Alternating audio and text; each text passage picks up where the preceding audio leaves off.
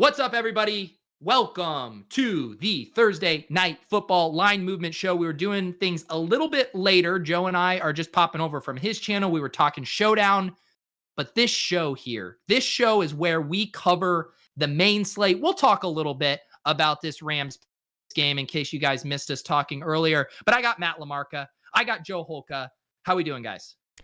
We made it, man. How about that for a seamless transition, man? We go right into our main slate breakdown here. It's been fun kind of breaking down some of those showdown slates with you, Pete. Only can go up from here, right? We kind of went into that one, and this like the entire series, just like, hey, let's just go live for 20 minutes before this show and see what happens. So yeah, I think success so far. I feel like, Joe, we should do like one of those visual tricks like that they do like in a cheesy movie where it looks like we're running from one stream to the other. And then it's like, oh, okay, I made it. You think that would be cute? That'd be cute. Cute might be the word for it. I guess, LaMarca, how are we doing? How's the stomach feeling? Oh, come on. You got to say, speaking of cute, Matt LaMarca, how are you doing? Did you watch the last stream? LaMarca, I'm not allowed to call LaMarca cute for a couple weeks after what happened. He ran off screen on us. I did. I ran away. Yep. Is that a public story? I didn't know if that was staying in the DMs. I mean, it might stay in the DMs, but he left us for a little while, and I was a little bit upset. We're just gonna leave it at that. Okay, fair enough. I'm you know, Peter Jennings threw up on my live stream one time, right? That's worse. That's pretty good. Yeah, that is rough. Yeah. I'm excited about this game. I like this game. I like this slate. I'm doing something I almost never do, which is I'm throwing a dart in the 470 last chance qualifier. Ooh. So we'll see. Maybe I'll lock up a seat and then you guys will let me come on the pregame show. Love it. You can come on whenever you want, man. Who's your captain, bro? Who's your captain? I'm playing Cam Akers at captain. I don't understand why you guys don't like him more. Wow, that is hot. I'm not duping LaMarca. Yeah, you ain't getting no one's duping LaMarca, bro. Yeah. That's wild, man. What else is going on? I guess are you betting this game as well, LaMarca, or are you just dialed into DFS for this one? Yeah, I don't see a ton of betting value. I do think that the Rams are probably the preferred side. It does look like they're getting a little bit of sharp activity. But New England's just a tough team to handicap, right? Because if they get control of a game, it can be so slow, it can be so ugly. And if the Rams get out to a lead, it's just a completely different contest because New England can't play from behind. So I'm avoiding this one from a betting perspective, but it does look like the pros are somewhat on the Rams for what that's worth. Pete, you're the host now. I was hosting before. Now you're the host. And I know that you've been getting ripped in the chat, but I was like, Joe has this host energy flowing over, and I was like, I wonder if he'll just keep doing it. You got it, man. This is all you. I need a break. I can't host for 4 hours like you can. No, I mean, because I do need to ask, how much do you want to talk about this slate versus just diving into the main slate here? Because we are running up against lock. I just want to make sure if we're actually providing value on this. Let's jump in the main slate. For the people that want to talk showdown, Peter and I will be live directly before this to talk through that. Obviously on Mondays we will be on Peter's channel to go through Monday Night Football. So yeah, let's talk about the main slate. Hey, so anyone watches this later, we're not just talking about a game that's already happened. One more thing before we move on. Do you, LaMarca, unless you're worried about getting duped, do you want to tell us what other plays you have in your Q lineup? I don't know. I was worried that Cam Akers was going to be chalky until I listened to you guys. I mean, he did have 21 carries last week compared to 6 for the other two guys. But after that, I'm rolling out a 4-man Patriots stack. In the flex, and Cooper Kupp. I was debating Cooper Kupp versus Jared Goff. Ended up deciding that I liked the Akers Kupp correlation a little bit better. Okay. Nice. Well, good luck. Keep us posted. Where in what's the Q for again? It's for the Fantasy Football World Championship. Okay. $12.5 million. That's the one Chris is in. Yeah. Is that the one that's going to be in Miami? No, it's nowhere now. They're all going to be virtual. I was just looking for a contest where I liked the field size and the entry buy-in amount, and I decided, you know what? Let's get weird tonight. If you heard, though, we're really close to a vaccine. It sounds like they're going to green light some stuff here. And I actually heard how they're prioritizing the vaccine is number one are people who have qualified for live events. Then it's the elderly, people with pre-existing conditions. So I think you might be first in line if you actually get this. They really want to get people to these live finals. It'll definitely stimulate the economy. That's for sure. All right, let's jump into this slate at the only place that we can jump into it, Joe. And the question is Derrick Henry going to put us in a coffin this week? We are, of course, talking about the Tennessee Titans, who are 7.5-point road faves in Jacksonville. What are people doing in the betting markets on this one, LaMarca? So heavy Titans activity early. They're getting 57% of the bets, but 80% of the dollars. I'm on the other side, though. I like Jacksonville. I really think that Jacksonville with Mike Glennon, they're not a good team, but they're competent. We saw them cover now 2 straight weeks. They took Minnesota to overtime last week, despite the fact that they had 4 turnovers. Mike Glennon is the kind of guy who can play okay if you don't pressure him. And Tennessee without Jadeveon Clowney might have the worst pass rush in the league. So I think that this is another spot where Jacksonville can keep this game close. I don't think they'll be able to stop Tennessee either. So I think we're looking at like a 31-28, something along those lines type of final score.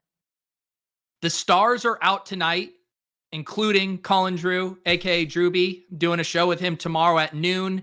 He's clearly game planning for me. He's normally not in this chat. He's scouting me, trying to figure out my tendencies. I hear Drewby has a great track record against rookie hosts, so it's going to be an interesting matchup tomorrow. We'll have to see.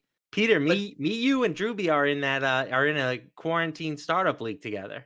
Let's not talk about it. I looked at your team today, actually, and I was disgusted. No, we're not talking about it. We're not talking about it. Yeah, you lucked your way into Tyreek Hill. Congrats.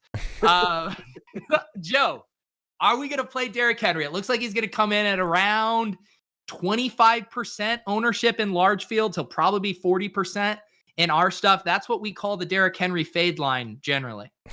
The Derrick Henry fade line? When has that ever worked for us? Literally. I say so last week, I'll say this, like my best team, like my Darren Waller team with Carr, that was the only Derrick Henry share I had last week, and it just tanked my best lineup. So I am a little bit upset with Derrick Henry, but this has been a year where, he's been pretty good to me. And this seems like I'm kind of on the other side of LaMarca. I think they absolutely smashed Jacksonville in this spot. If people want to not pay 8,700 for those like 26, 27 touches they're going to get for Henry here, I kind of want to be on that personally. I guess I'll kick this back to you, Pete. Does it change anything if A.J. Brown doesn't play? Yeah, that's going to be interesting. A.J. Brown generally misses Thursdays with a maintenance day. He's been taking that off. He generally practices on Wednesdays. So not practicing today is interesting, and we probably won't get any more. We didn't get the information today because he didn't practice. So tomorrow will be the make or break day. If A.J. Brown misses, I think it actually just makes it even more of a stay away, because then Corey Davis becomes mega chalk. People already want to play Corey Davis. They fucking love this guy. Sorry. It just upsets me. Corey Davis gets there in garbage time and people just post the aggregate stats and say they're equal. I can't do it. So yeah, I hope A.J. Brown goes. This game is, I think, hard to attack from a unique perspective. James Robinson is going to catch the ownership he deserves. I really think the only kind of really interesting spots are with these Jags wide receivers. DJ Chark, I think, sets up nicely. I think he's going to come around at 5 to 7% ownership at 5,300. Led the team in air yards last week. LaMarca, you said you like the Jags. Is Chark one of your guys? Yes, I honestly think. This is going to be one of the worst takes I've had on this show. I honestly that's going to be hard to top. You can play Mike Glennon this week at 5,100. Wow. I really think you can play Mike Glennon. Wow. I think, you want to talk about a contrarian way to attack this game. There it is. Mike Glennon, you stack him up with DJ or maybe Colin Johnson, throwing in a little contrarian double stack. Run it back with one of the Titans guys. I think that the Titans defense is a major fraud. I mean, they're not even a fraud. Everybody knows that they're bad. They just gave up 41 last week to Baker Mayfield, who hasn't had a good game since his rookie season, essentially. Like, Baker Mayfield isn't a tremendous upgrade over Mike Glennon. That's all I'm saying. If you do play Mike Glennon, I assume you're playing Derrick Henry, and that's how you're getting unique, where you play the Derrick Henry game script and then you do a Glennon double stack, the blender vomit stack around it. That makes sense to me. I mean, you can play all the chalk guys if you go that way. You could play Kamara if you want to play Kamara, although it does sound like Kamara's Breeze is not not going to going be to play. chalk. I was thinking more if Breeze was in. You could play Devontae Adams, or whoever you want to play. All right. All right, there, Joe. Any final interesting plays for you here? You want to go back to Ferkser now that he's priced up and no one wants to play him again? No, I'm not really on first here. I like Corey Davis a little bit more than you do, apparently. I think that he's someone that I kind of hope that A.J. Brown plays, that maybe we get less Corey Davis than at the field. If Corey Davis is the only guy out there catching balls, then he'll be super popular. My biggest decision is if there is no A.J. Brown, can I still play Corey Davis with Derrick Henry? Probably not, but I actually don't know if Derrick Henry is going to be like the mega chalk, but you seem to have a better footing on where ownership's at right now than I do then. Yeah, I don't know. I think I actually don't have a good feel for kind of public sentiment right now, but Dalvin Cook is so expensive. Even Devontae Adams now is really expensive. I think people are going to look at this matchup with the Jags and they're going to ultimately land on Derrick Henry. We'll see. I think in our stuff, he'll end up being about 40% owned. So I don't know. Hopefully I'm wrong on that. We'll see. Let's move on here to not as fun of a game. We'll see here. Dallas, Cincinnati, LaMarca, Dallas 3.5-point road favorites here. What are people betting? Yeah, the sharp money appears to be coming in on Cincinnati at this point, at least. I mean, they're getting 67% of the dollars relative to just 49% of the betting tickets. There were some steam moves tracked on Dallas, but those are at -3, not necessarily -3.5. I just don't see how Dallas doesn't win this game. I mean, the Bengals with Brandon Allen are a joke offensively. They have been under 200 yards total in each of their first two games with Allen at quarterback. The only reason that things haven't gotten out of hand is that they've played against Colt McCoy and Tua Tagovailoa, two of the bottom end quarterbacks in this league at the moment. So I'm not saying that Andy Dalton is a huge step up from those guys, but similarly to Glennon, if you give Andy Dalton time, he can do some things. And the Bengals are dead last in adjusted sack rate. We know about the weapons. Maybe even Zeke Elliott can get going in this game. Freudian slip. I think Dallas is not getting enough credit here, or more accurately, Cincinnati isn't catching enough hatred. Joe, I mean, if you can tell yourself a story, like if I squint, part of me sees this as having the potential to be like one of those gross shootout games. Like I can squint and I can see it. None of these guys are going to command much ownership at all. I think Zeke will get a little bit, but all of these Dallas wide receivers outside of Amari are very appropriately priced. I mean, CeeDee Lamb, 4,800, Gallup, 3,800. Is this a game you might wet your beak on, or is this a stay away spot for you? I mean, I love the value. You said it. These wide receivers on the Dallas side, I think, are underpriced. Like both of these guys, we can probably project for 6 or 7 targets in this spot with how much Andy Dalton's been passing the ball. He's averaging 42 and a half pass attempts per game. So like they're willing to let him throw, which is nice. I think that Lamb and Gallup both underpriced in this spot. I think that Boyd on the other side is super interesting as well. I think that sometimes these gross games, man, this is where you find your value, especially like more condensed spots like this. So I just think they're underpriced. Tyler Boyd is the one that I like on the other side. Do you guys have any other thoughts on the Cincinnati side? Well, one thing that was just interesting, both T. Higgins and Drew Sample in the air yards by low model this week, they each had 7 targets last week. And yeah, Brandon Allen hasn't been efficient, but they have been chucking it a fair amount. And T. Higgins' price just seems permanently fixated here at 4,800, these high fours. I mean, he's been really good and just continues to get volume regardless of the quarterback, regardless of the game script. So I definitely have some interest in this. I don't think it's a game I'll end up stacking, but I could see playing some mini correlations like a T. Higgins, Michael Gallup, or even one of the tight ends and a wide receiver. LaMarca, any final takes here on this game? I like Zeke a lot. I think that Zeke is a very interesting contrarian running back play at 6,600. Um, Great matchup for their offensive line. We've kind of seen them get back to wanting to feature Zeke in the running game. The results haven't been there yet, but I think that this is the week where that catches up a little bit. If he finds the end zone once or twice and gets over 100 yards, that's tremendous value at 6,600. Let's move to this Arizona New York Giants game. Arizona 2.5 point road favorites.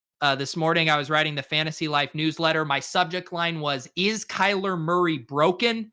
They've now lost 3 games in a row. In his past 3 games, he has totaled 61 total rushing yards. Before that, he was averaging 67.5 rushing yards per game.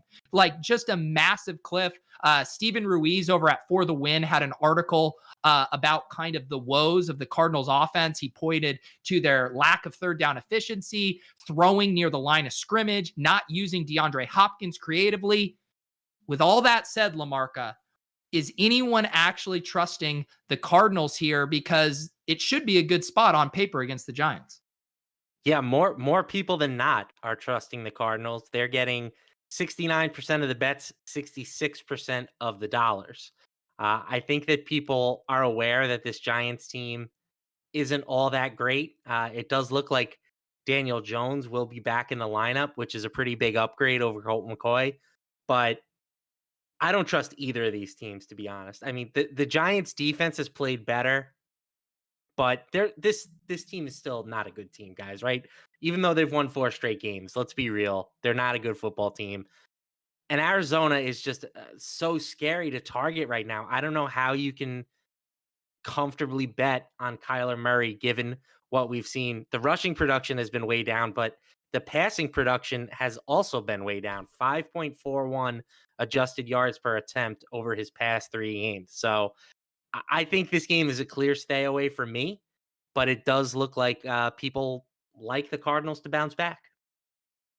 As far as the early ownership projections, Joe, it doesn't look like anyone wants to touch this game. It feels like everyone's been burned. I don't know. When I hear that kind of market sentiment, I start to see buying opportunities. Are you leaning toward blood in the water here or stay away? I like Kyler more than most people this week, and I think that people like want to keep talking about the shoulder injury and the rushing yards, and yeah, that's a fact. But this is also an injury too that if he got out of last game without taking too much of abuse on that shoulder, more time goes by, he's getting better and better every week. Like there's still a chance that he comes in to one of these games and he's a lot more healthy than people realize. And then he does kind of get back to that Kyler that we have seen in the past. So this is a spot where I agree with LaMarca, this Giants team. If people just want to be all over it because of a couple games against not very good teams, I definitely want to be on the other side of that. I just think Kyler at like no ownership whatsoever, like his price has come down a bit as well. Like I still have some interest in tournaments for sure. It's a little bit foggy in terms of where you want to go from a stacking perspective, but like there's not going to be any ownership of this game. So I kind of like it actually.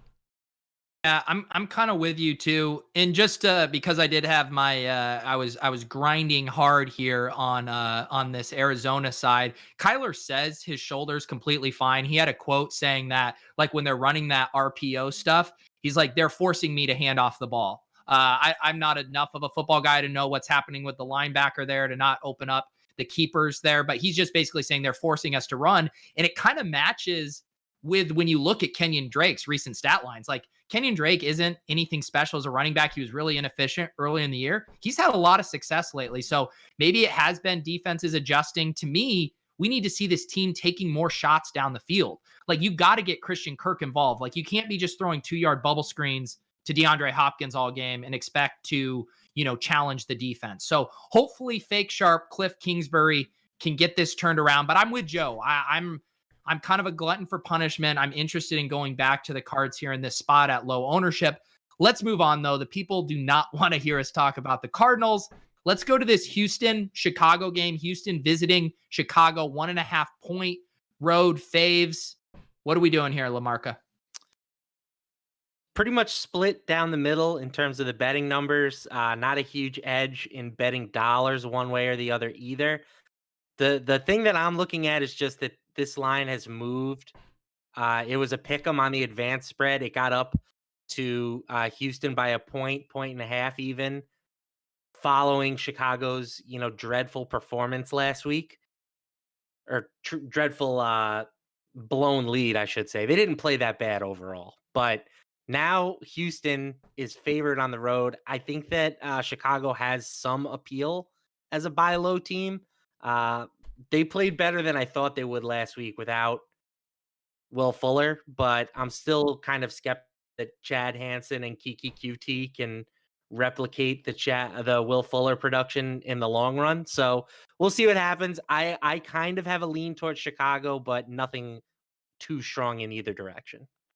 All right. LaMarca mentioned Chad Hansen. I hit up my boy Patrick Laird. I learned that they were roommates together at Cal. They're best buds. I mean, what more of a narrative do you need for Chad Hansen than being best buds with the nicest guy in the NFL, Patrick Laird? Joe Hulk, are you in on Chad Hansen? Are you in on this game?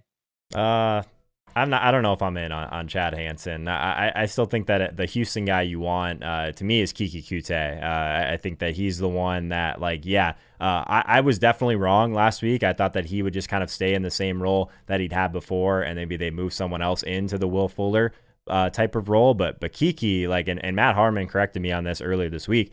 Coming into the NFL, he was a deep threat in college. He was some of his best routes, from a separation point of view, and all the things that he's charting with reception perception are these 9 routes and some of these longer type of things that we see from Fuller. So I didn't know he really had that in his bag, but man, he's 5K, this massive target share that he has overall.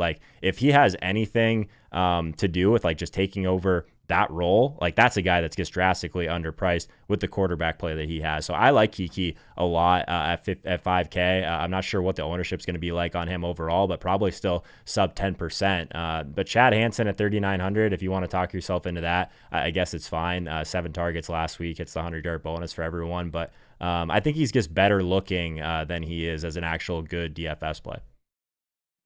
LaMarca, to me, playing David Montgomery at 6,500 at decent ownership after 2 crush spots, it feels like Icarus flying a little too close to the sun.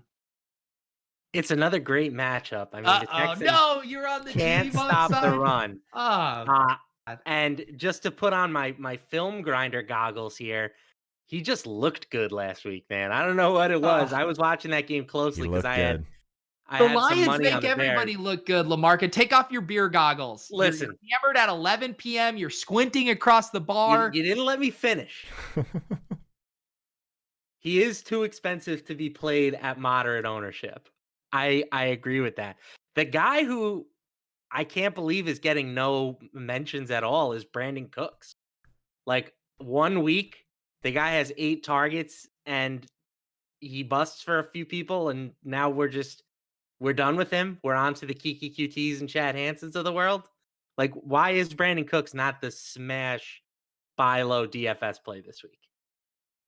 I think it's just because of the concussion stuff. I think people are a little spooked, and he's priced up a little bit more. It seems like Osmo's early ownership had him at 15%. Adam right now, though, has him at 3% over at ETR. So that's going to be one of those where I need to see where his ownership settles to kind of know if he makes sense as a play. LaMarca's rich. Cam Akers, big run. LaMarca, get that vaccine. LaMarca's taking me to Miami. The virtual Miami. Yeah, no, LaMarca and I are going to go to Miami together and to just do a virtual live fight. Good God. All right. Cam Akers, by the way, 12% owned in the captain. So okay. Not all that contrarian. Okay. All right. Let's move on here. Carolina is hosting the Denver Broncos. Lots of kind of injury stuff to monitor in this game. It seems like Teddy Bridgewater is going to be back. Does not seem like Christian McCaffrey is going to play. Denver, I believe, is mostly at full health here. LaMarca, what are people buying here? So the Carolina stuff is interesting.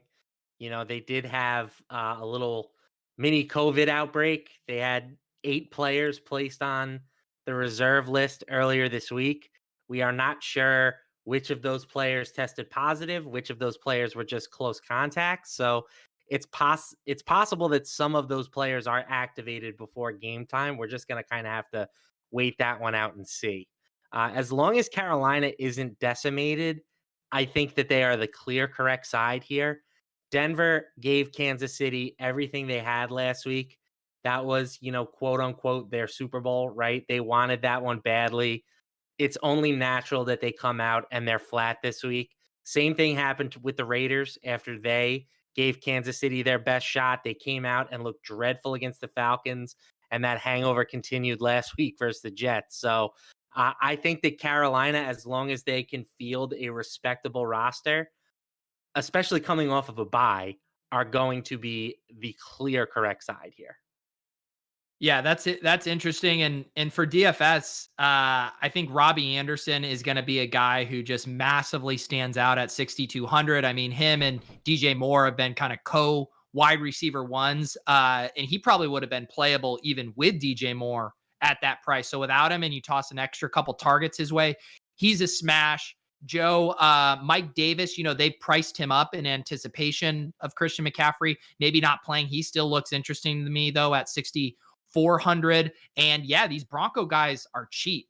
I mean, you can really play any of them between Patrick and Hamler and Judy. This game is kind of intriguing. Are you going to have pieces of it? Yeah, I mean it's kind of similar in some ways to that Dallas game where some of these pieces are just a little bit too cheap. So you have to look at guys like Tim Patrick, who's had a pretty significant red zone role, not necessarily like the full Cortland Sutton type of role, but that's the type of player that, I mean, again, that Harmon keeps comparing him to in this offense. I'm with you on Robbie Anderson 100% at 6,200. If DJ Moore is out, he's just an absolute smash. He's probably my favorite play in this game overall. I think Tim Patrick or maybe Noah Fant at lower ownership on the other side, but probably just mini stacks only for me. I haven't put a lot of thought into Mike Davis at 6,400, but maybe he's a guy that maybe was kind of banged up for a little while, but with, I guess, maybe Curtis Samuel ends up running more normal type of wide receiver routes, and then that frees up a little bit more for Mike Davis in the passing game without DJ Moore. Like I said, I kind of got to give that one a little bit more thought, but it's interesting for sure.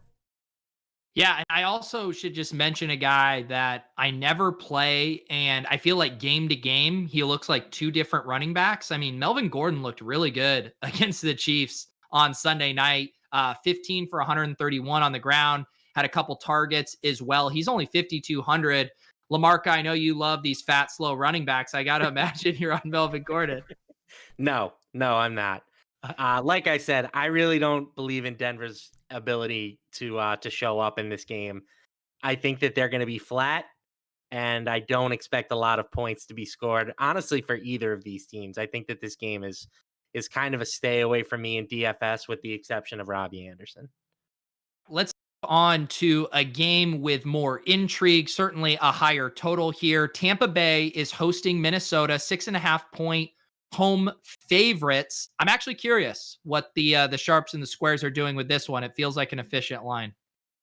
Yeah, so the betting activity is pretty even here. The Bucks are getting 56% of the bets and 61% of the dollars. So very, very minimal edge dollars wise for Tampa Bay. I just keep coming back to these Bucks trends. I mean, particularly this Brady off of a loss trend. He's 4-0 this season against the spread coming off of a loss. He's 40-14 against the spread coming off of a loss since 2004. He's also a very good quarterback historically off of the bye week, 9-6-1. So I think that this is the prime get right spot for Tampa Bay.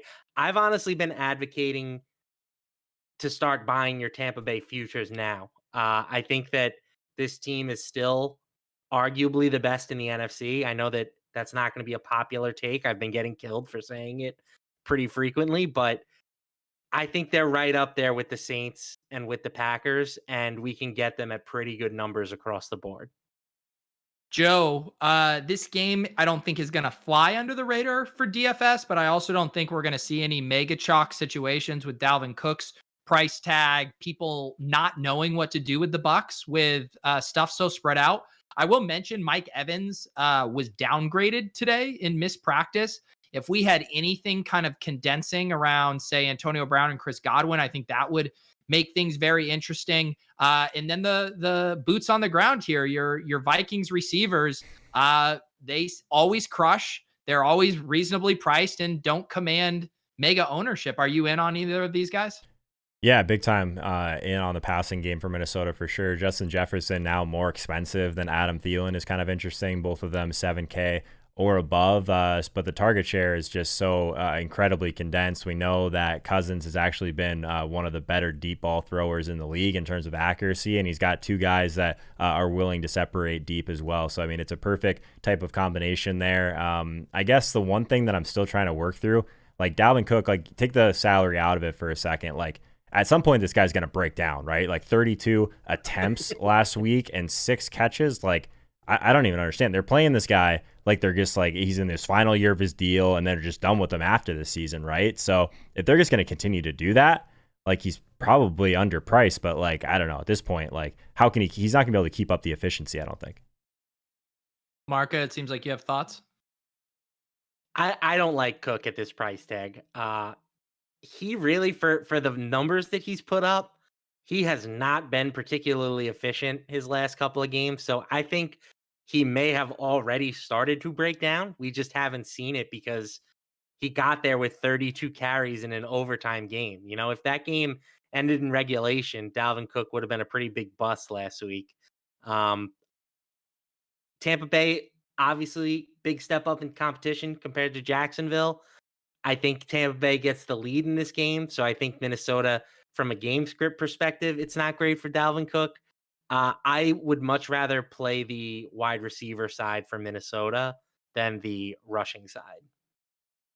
I'll also just mention he is going to, I think, be a very good GPP play. He's priced in this dead zone. He's not going to command much ownership. Ronald Jones at 6,100, I think, is in a pretty nice spot. If you like the Bucks, if you think they're going to score, their implied team totals 29 points.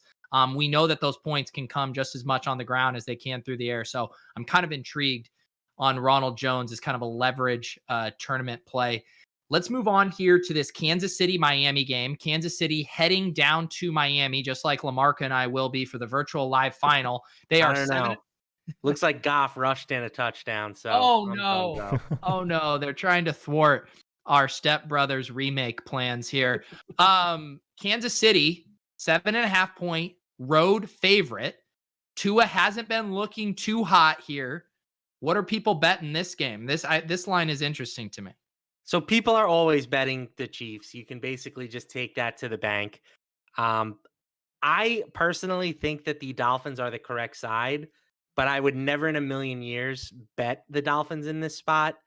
Like Tua's numbers on the surface are not that bad, right? 7.6 adjusted yards per attempt, 7 touchdowns, 0 interceptions. That's pretty darn good for a first year player. But the thing is, he's done it on like very little volume. They're going to have to score some points this week to keep up with Kansas City. And I just don't know if they can do that. The Chiefs, for what it's worth, have not covered in 4 straight games. As much as everyone thinks they're a juggernaut, thinks that they're a lock to win the Super Bowl this year, they have not been blowing teams out of the water. It's been a lot of close wins. So that's why I think 7.5 points on the road might be too many. But again, I just don't want to bet against Patrick Mahomes right now. He's capable of just blowing this game wide open in the first quarter. And if that happens, I don't know if Tua can keep up. Joe, I mean, this one from an ownership perspective is pretty simple. People are going to play Mahomes in the big 2 there with Kelsey and Hill. They're going to play Gaskin because he's kind of absurdly priced for his role. And then outside of that, you can kind of do whatever you want and not catch a ton of ownership. How do you think you might attack this game?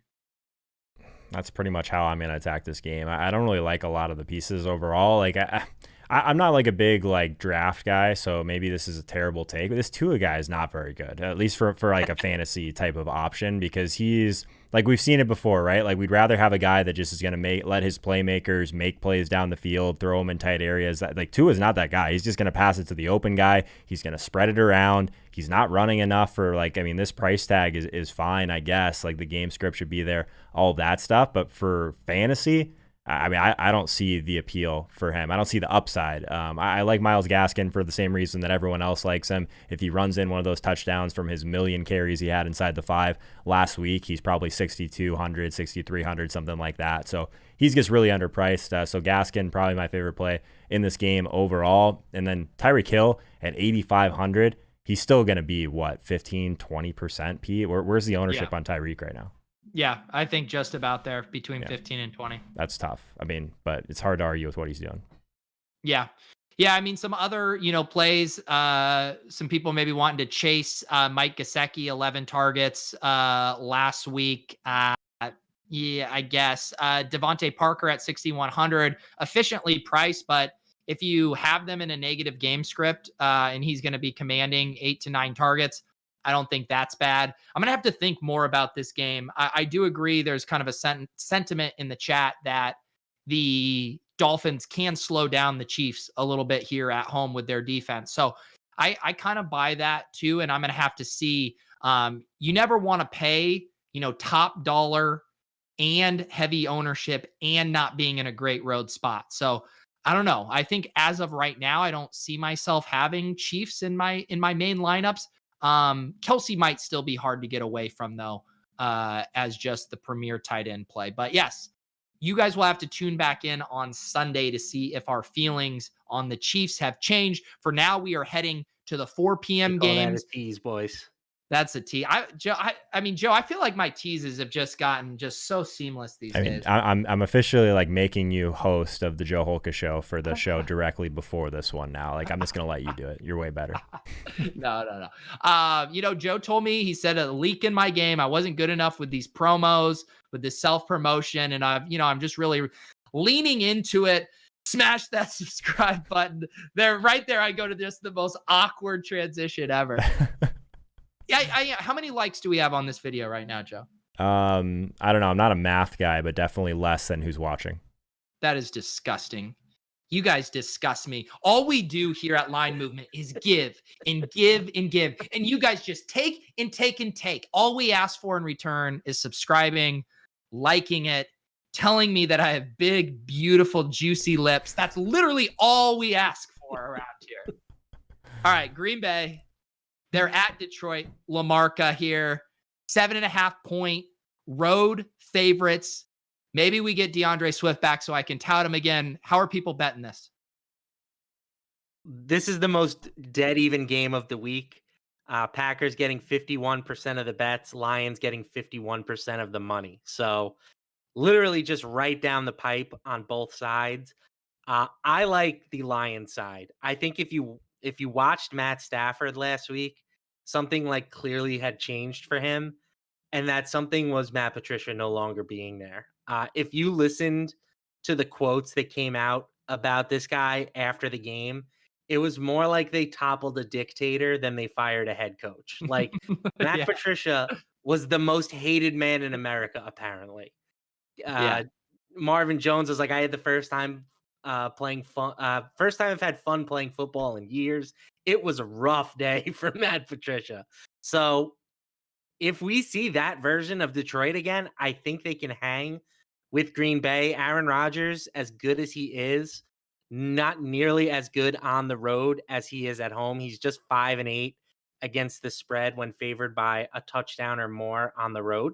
So I think Detroit can hang in there. I would love to see DeAndre Swift back in the lineup. But they at least gave me some optimism last week that they could move the ball without Kenny Golladay, which is something that I had not previously had. Yeah, this is an interesting one, Joe. I think Devontae Adams is still going to be fairly popular, even at that elevated price tag. I think Aaron Jones is going to catch some ownership after he ripped off a big run and the people chasing those highlights start jamming them in. But outside of that, I don't think there's going to be a ton of ownership here. I mean, Robert Tonyan's kind of interesting to me at 4,200. He's been really kind of solidifying his role in this offense. And then, yeah, you can play Lions, guys. I mean, Marvin Jones just week after week, top 3, top 5 in the league in air yards. No one ever wants to play him. Anything interesting? You had him last week, Pete. You told me. I said he was dust, and you said no, sir.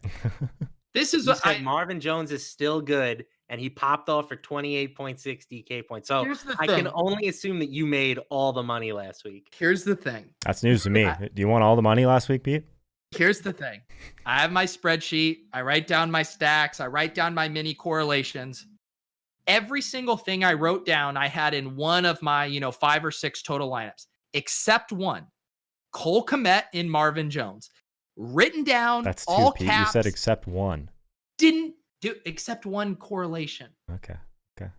I can't even talk about it. The point was I touted it and I didn't play it. Classic Pete Overzet. People don't like that, man. People will let you know in the chat and in the comments if you tout something and they find a lineup. It doesn't matter if it's in the quarter arcade. It doesn't matter if it's in the Thunderdome. If you didn't play one of the things you said you were going to play, they will let you know. Can't confirm. I do like 400 shows a week. There's bound to be stuff I say that's just absolute bullshit. It's just your job to figure it out. Joe, what are you playing in this game?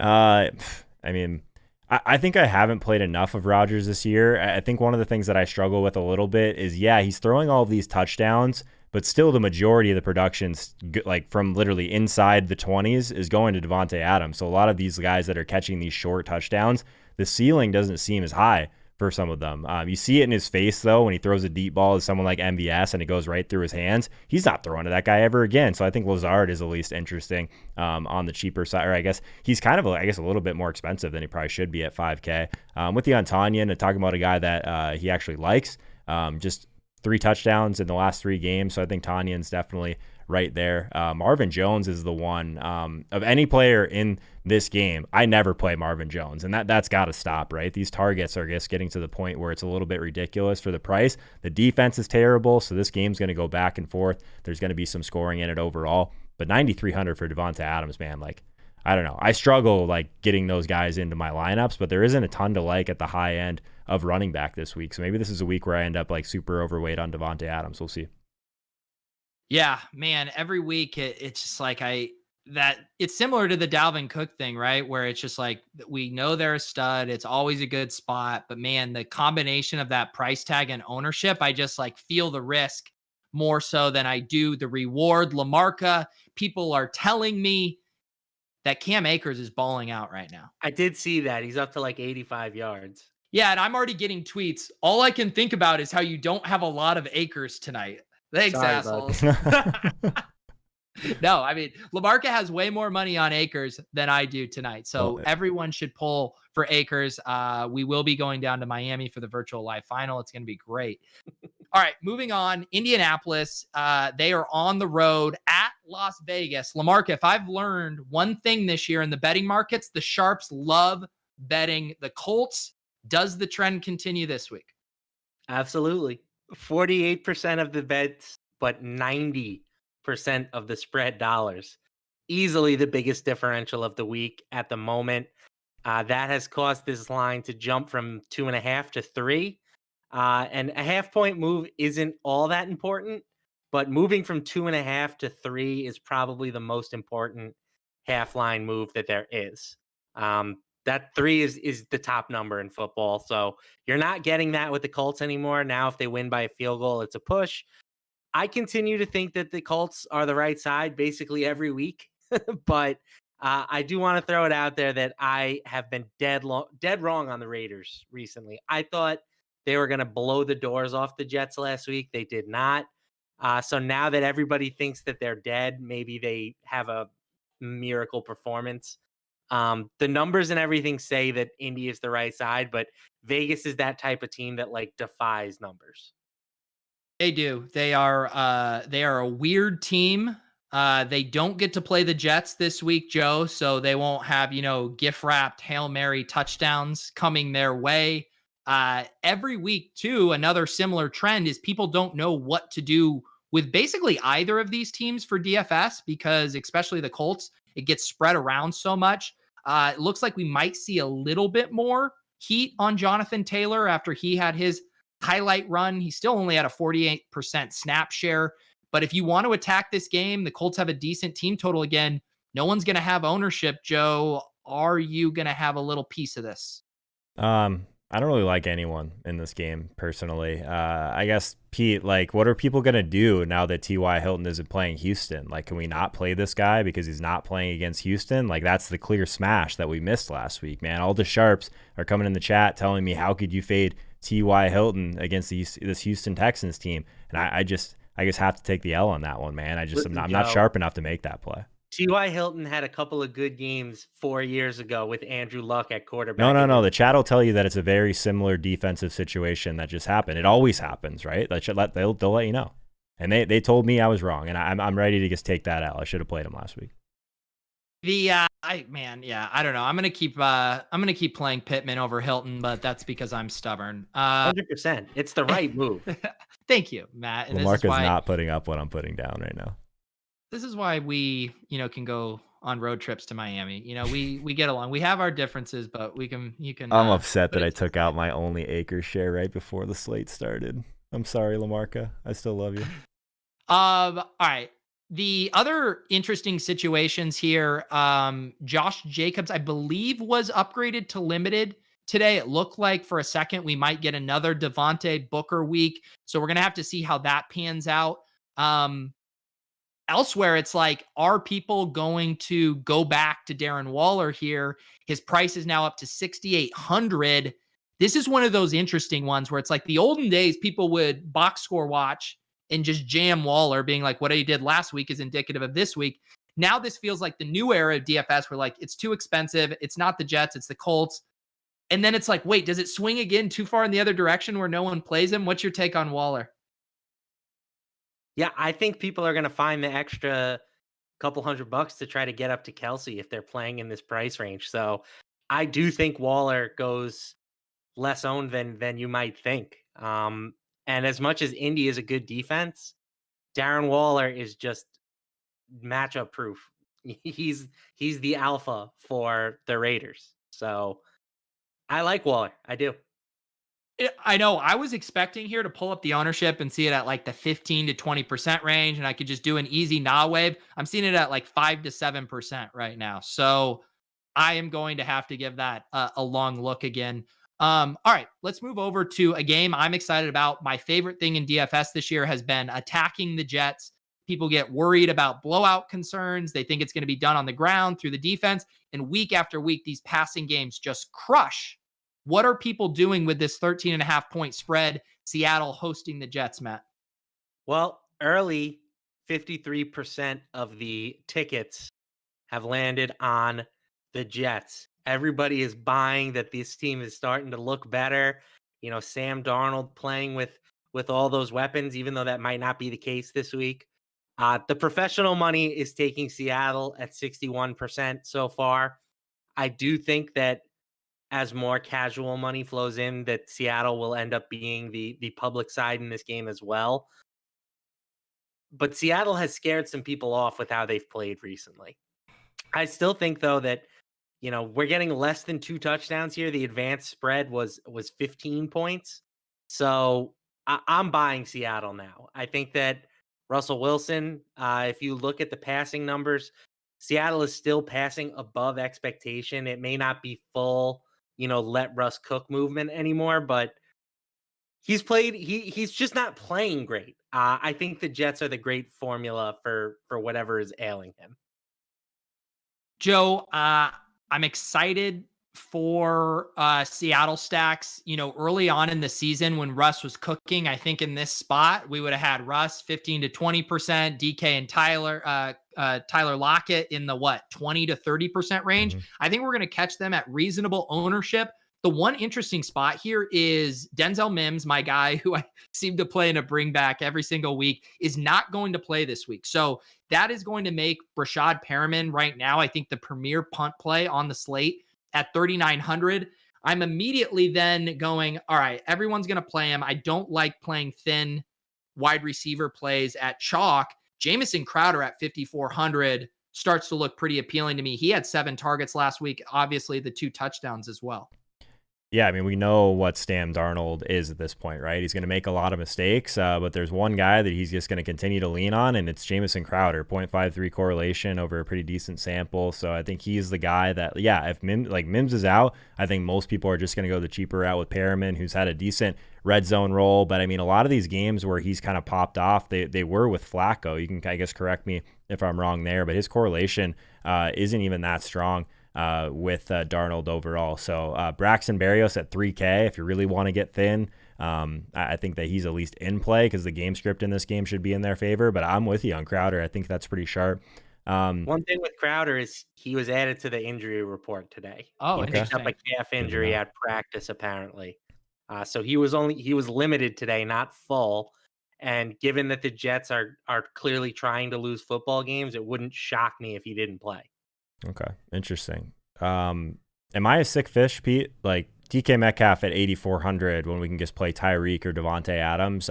I'm struggling a little bit with that one, actually. Maybe that's bad, though. I think this could just be a nuclear explosion spot for DK Metcalf. 100%. Okay, fair enough. Yeah. I'm a fish. That said, I will say that, like, I guess what I would say is, like, I'd prefer him to those other guys. If you want to start talking about, like, DK Metcalf ends up being like way more popular than Tyler Lockett, yada, yada. I mean, you're saving 1,200, but man, this seems just like a really hard spot for me to pass up on DK Metcalf. I'll also mention Jacob Hollister, 3,100. Jets have been awful against tight ends, as if anyone needs a reminder from last week. I always like, correlating the tight end with these stacks. So I think tossing Jacob Hollister into your Russell Wilson stacks makes a ton of sense as well. Let's move on here. We got a couple more games as we wrap this up. Atlanta on the road here in LA. LaMarca, I was staring at this one earlier because I couldn't understand. Like, I understand Anthony Lynn. I get he's been bad. I couldn't understand why the Chargers are 2.5-point home dogs and have a 23 implied team total against one of the worst defenses in the league. What am I missing? No, you're spot on, in my opinion. I don't get this line either. They're better than Atlanta, in my opinion.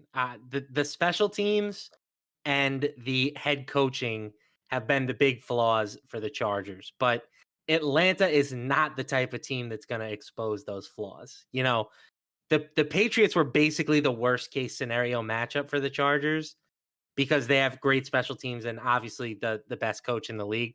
You don't have either of those concerns with the Falcons special teams unit and with Raheem Morris. So I think you load up on the Chargers this week. I like them as a bet. And for sure, I think it's a great bounce back spot for them in DFS. If you guys watch us on the Sunday morning line movement show and Dieter asks us about betting stuff and I normally just immediately skirt it to talk about DFS, it's because I don't really bet at all. I bet the Chargers there with 2.5 points earlier. I think it was yesterday I bet it because I just kept staring at it. And I'm like, this doesn't make sense to me. I think people are overreacting too much to these Anthony Lynn sucks narratives and one bad game. So yeah, I like the Chargers in this spot. Joe, what are you doing with it from DFS? Because Eckler is going to be popular at 7,000. People are too sharp now. They know his role is so good. Keenan is affordable at 7,700. Julio, I believe, didn't practice today.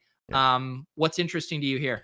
Yeah, this is one of my favorite games, I think, overall. It's a target. I talked about it in my stacks video. I think that Matt Ryan is way too cheap for sure. Pretty easy stack with Calvin Ridley. Julio, yeah, he's been out the last two practices. This guy never practices anyway, though. So it's still that same hamstring injury. So I think I'd be a little bit more worried about Julio if he had some kind of, I guess, next practice tomorrow, whatever it is. He doesn't go out there and put in a full practice or at least a limited practice tomorrow.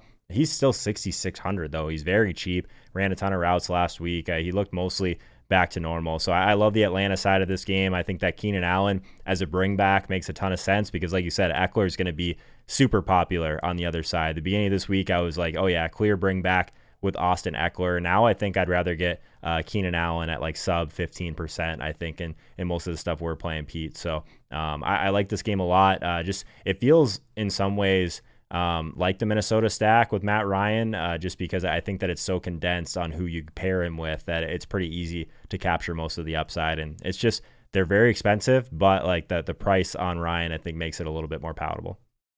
Yeah, and I will say too, Hayden Hurst splits when one of Calvin Ridley or Julio Jones have been out have been really good. Not necessarily his raw production, but just his opportunity in the targets.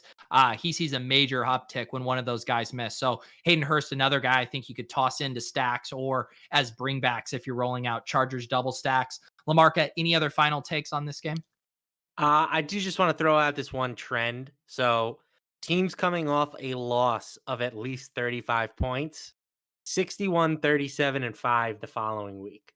So, the logic behind that trend is that the public gets off these teams, the lines become inflated against them, and we have seen kind of both of that with the Chargers this week. The advanced spread was pick 'em. Now it's Atlanta -2.5. And not that the Chargers are a super contrarian team, but they're only getting 47% of the public betting tickets. So the majority are on the Falcons. I just think that this is like the best spot of the week. I like it. I like it. Let's move on to this New Orleans game. They are 6.5 point road favorites at Philadelphia, the probably most dysfunctional team in the league right now that's not, in contention for the first overall pick. LaMarca, I would bet a lot of money that the majority of the tickets are coming in on the Saints here. Am I right? 65% of the tickets, and more importantly, 84% of the dollars. So it's not just the public who is on the Saints. It seems like it's the sharps as well. They don't think that Jalen Hurts can is going to be a huge upgrade over Carson Wentz. And as much as I kind of like Jalen Hurts as a prospect, I think he's very intriguing, especially from a fantasy perspective. But you can't ask for a much harder debut than against the Saints. They're one of the best defensive teams in the league. I think they're second in overall defensive DVOA this year. So expectations for Hurts should be pretty low. I think in this first start doesn't necessarily mean he can't get better with more playing time, but this is a pretty tough ask for this kid. Joe, this is like a bargain bin game if you do talk yourself into liking it. I mean, I think Jalen Hurts at 5,100 is in play. I think Taysom Hill at 6,600 is still underpriced for how much, rushing he's doing. He had 83 yards on the ground. Michael Thomas is now, he had 9 catches last week, just a huge market share. I mean, he should be priced up where Keenan Allen is at 77, 7,800. Alvin Kamara looked better on the ground last week. I mean, can you talk yourself into these guys being values, or do you think it's a trap? I'm not really on this game overall. I think that there's people that will talk themselves into Jalen Hurts. I'm with LaMarca. I think this is like, it couldn't be like one of like the worst matchups for him to like kind of make his real debut for sure. Like it's like one of the largest defensive line, offensive line mismatches on the entire slate. This defensive line for New Orleans still very ferocious. I think they're just gonna, maybe Jalen ends up being and getting there on with his legs. I mean, maybe that's what happens, but I don't think there's a massive ceiling here overall. I'm not going anywhere near Kamara still with Taysom Hill at quarterback, and Michael Thomas. Probably could talk myself into that if he ends up being super low owned, but he's looking like, still over 10% in the ownership projections I'm looking at. So this game feels like a decent just stay away overall. Might be kind of gross. Do we have any interest in like a Dallas Goedert at 4K, just because, just trying to be like that safety blanket underneath for Hurts if he's going to be pressured, but I don't know. I don't like him much in this game overall. Yeah, in the chat ask if Dallas Goedert was going to play this week. I guess I hadn't seen anything on that. I mean, the other thing about Dallas Goedert is Zach Ertz is now back as well, which isn't ideal. And man, the running back situation is so gross. They had 0 high value touches last week. That's the Ben Gretsch stat. That includes touches inside the 20 and catches. I mean, just absolutely disgusting. Miles Sanders only had 1 target. Like, if there was just one thing we could hang our hat on with him as far as, a pass catching role, a goal line role, like maybe, but man, you can't hang your hat on anything except just hoping he busts a big play when he gets it. So man, it is thin. Anything else here jumping out to you guys? I don't mind going back to Michael Thomas at 7,100. I don't hate Thomas either. I don't see a huge ceiling. He can get you 10 catches, he can get you 100 yards, but I don't see a ton more than that with how limited Taysom Hill passing numbers. Unlimited. Sorry, I can't help myself. been a while since we've done that joke. Yeah, I mean, and also Michael Thomas, we got Derek Carty's dome splits model, not as much love for Michael Thomas out in that Philadelphia cold. All right, let's move on to the last game of the main slate here. We have San Francisco hosting the Washington football team. They are 3-point home faves. Doesn't look like we're going to get Antonio Gibson this week. I doubt that's moving the betting markets, although maybe I'm wrong, LaMarca. No, if anything, the betting numbers are down on San Francisco. Again, advanced line here was 4.5. Now it's just 3. So you're actually getting a little bit of value with San Fran compared to what this game was listed at last week. That makes sense with Washington coming off of a big win against Pittsburgh. San Francisco looking pretty dismal against Buffalo, but I worry about Washington without Gibson. Their running back combo was awful last week after he got hurt. And Alex Smith is not the kind of guy, at least at this point in his career, that's going to win you games with his arm. So the sharp activity heavy on San Fran. They're getting 67% of the spread dollars. I want to lock this line in now at 3. I don't want to risk it going to 2.5. I think 3 is a great number. But yeah, for me, San Fran is the correct play here. Joe, I think McLaurin looks pretty nice at 6,700 here. He was a guy that people had been kind of just jamming because his workload was so good. And now after a couple, non-blow up games, it doesn't look like he's going to command as much ownership. And then you got Logan Thomas at 3,300, had 9 targets last week, found his way into the end zone. And then, of course, we have the 49ers situation. Brandon Ayuk, 9 targets, 109 air yards. He's only 5,400. I definitely think there's some spots you can pick here. Yeah, Logan Thomas is the guy that I've been kind of looking at 3,300. He just seems super cheap. Terry McLaurin at 6,700.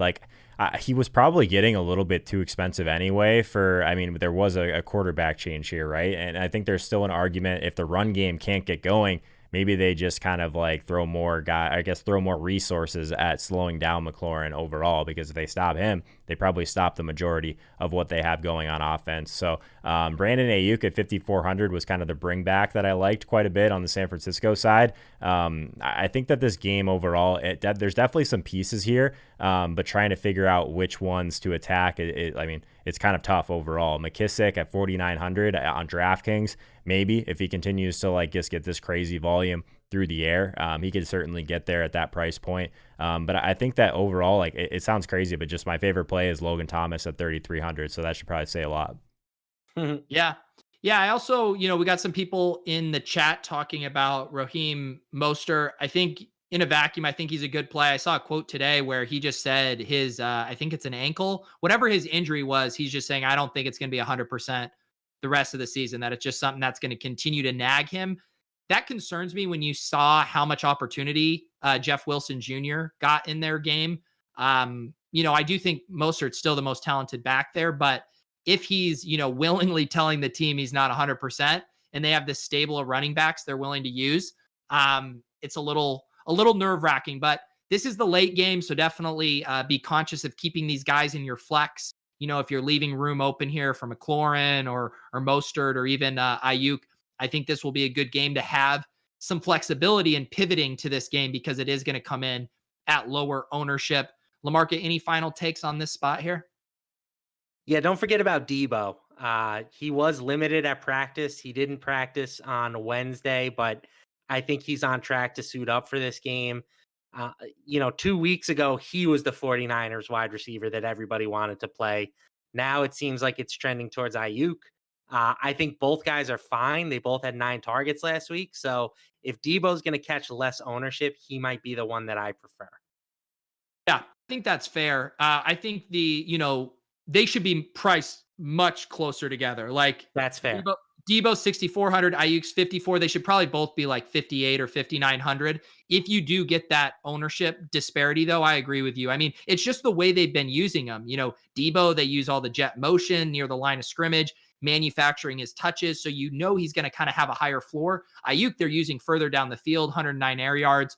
So I think he has a little bit more big play potential. So I kind of lean there. But I definitely agree with you. If Ayuk gets steamed hard, Debo's a nice pivot there. Samuel had one of my favorite stat lines of the year 2 weeks ago. He had 133 receiving yards and 136 yards after the catch. Yeah. Wild. Oh man.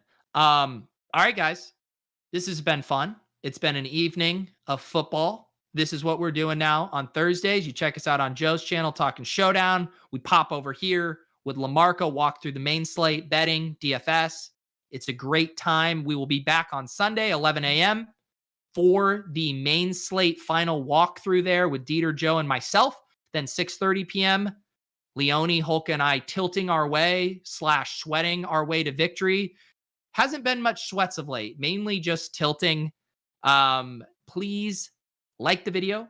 Please subscribe to the channel. We got a link to the iTunes version if you guys want to subscribe there. I always check out the betting show earlier in the week with LaMarca and Holka.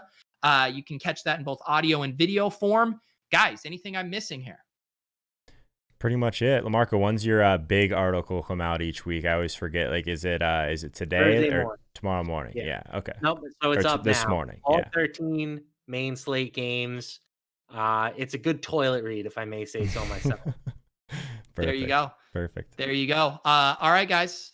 That is everything. I will be back tomorrow on my channel at noon with Drewby. We'll be talking GPP single entry strat.